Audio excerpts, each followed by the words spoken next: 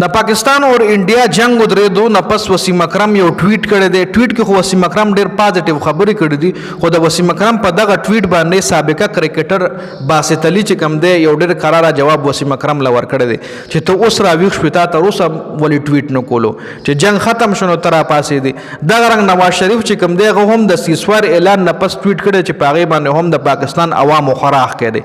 په وسیم اکرم په نواز شریف باندې بعد کې خبره کوو، ټول نه پهله د وسیم اکرم په ټویټ خبره کوو او بیا باسط علي څه جواب ورکړی په هغې باندې هم خبره کوو. وسیم اکرم په خپل ټویټ کې لیکلی دي چې موږ خپل آرمي د پاکستان آرمي سره کلک ولاړ یو. ړومبی زموږ په آرمي حمله وشوه او بیا زموږ آرمي قراره جواب انډیا له ورکړو او جنگ حل کیږي چې کله یو مسله په خبرو نه حل کیږي، کله یو مسله په خبرو حل نشي نو جنگ حل کیږي. وسیم اکرم مزید په خپل ټویټ کې ویلي دي چې ښه مستقبل دپاره انډیا او پاکستان ته پکار دي چې کینی او دا مسله په خبرو باندې حل کړي. په خبرو باندې مسله حل کېدل زموږ فیوچر دی، زموږ چې کوم نوجوان را روان نسل دی نو هغوی له مسلې نه دي جوړول پکار. دواړه ملکونو ته امن پکار دی، د دواړو ملکونو عوام امن غواړي او دا څومره چې هم د پاکستان او انډیا مسلې دي نو دا د په ناسته باندې ختم شي. وسیم اکرم یو پازیټیو خبره کړې ده، خو دا خبره وسیم اکرم لیټ کړې ده. دا خبره دا ټویټ وسیم اکرم له په هماغه ټایم پکار اوسه ټایم چې انډیا حمله وکړه، ځکه هغه ټایم ما بار بار خپل ویلاګس کې وی چې څومره هم غټ سټاران دي، څومره هم مطلب دی په دنیا کې فینز لري، خلک یې فالو کوي، خلک یې ګوري، نو دی له پکار چې خپل سوشل میډیا نه ټویټ سوکي کم از کم دنیا له ووایي چې غوړې دا کار داسې دی او دا مسله داسې روانه ده، دا مسله داسې حل کول غواړي.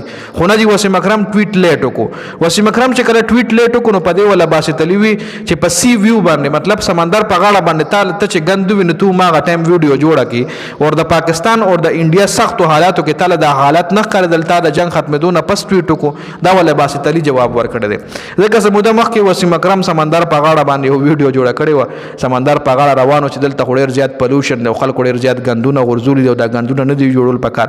نو ده ولا هغه ټایم هغه ځای را دغه کړی دی. باسط علي ولا ویلي چې په سی ویو باندې د سی ویو په ګن باندې ته فورا ویډیو جوړې، د سی ویو سمندر په غاړه په ګن باندې ته فورا ویډیو جوړې او سختو حالاتو کې د پاکستان باندې سخت حالات راغل نو ته اوس ټویټ کې چې جنگ سیزفایر اعلان وشو ته د جنگ ودرېدو نه پس خپل ټویټ کې تا له ټویټ په وخت پکار. دا ما سټارټ کې ویلو چې څومره هم ساران دی له ټویټ کول پکار دي. خو خیر اوس باسط علي چې کوم وسیم اکرم له جواب ورکړو، وسیم اکرم چې کوم ټویټ کړی دی دې حوالې سره تاسو سره لرئ څوک په حق دی کمنټ لازمي وکړئ. اوس پر تاسو په نواز شریف باندې بلک ډېر ډسکشن وکړو، ویډیو ډېره زیاته نوږدو. نواز شریف هم د جنگ ودرېدو نه پس ټویټ وکړو دغه حوالې سره، د پاکستان آرمي حوالې سره، د پاکستان حوالې سره چې خلکو کمنټو کې ښه راښکو. که چېرې دی دا کمنټ ګوري نو زه یم دی به که ده کې لږ غیرت وي دی به کېدای شي هغه ټایم خودکشي وکړي چې د دې کمنټو کې خلک وایي څه دله وایي چې لکه هغه ټایم خلکو وله وایي چې مودي د ستا یار دی، مودي سره د ستا فرینډشپ دی، نو تا په وخت ټویټ نه کولو، تو سره پاسې ته غدار یې، ته ملک سره وفادار نه یې. دا خو بالکل حقیقت خبره ده. ګوره د دې خلکو چې کوم دی نواز شریف دی د سپیشلی یادومه هدی په سعودي عرب کې دومره غټې فیکټریانې دي چې پای کې یو پاکستانی هم نشته دی، پاکستانی نشته نو مطلب انډین به ولا چلی. په قطر کې دی بزنسونه دي چې کوم دی پاکستانی ډېر کم اغشتلی دي. په دوبۍ کې خو له علم نشته، خو په دوبۍ کې د بلاول بوټو ډېر غټ کاروبارونه دي جی.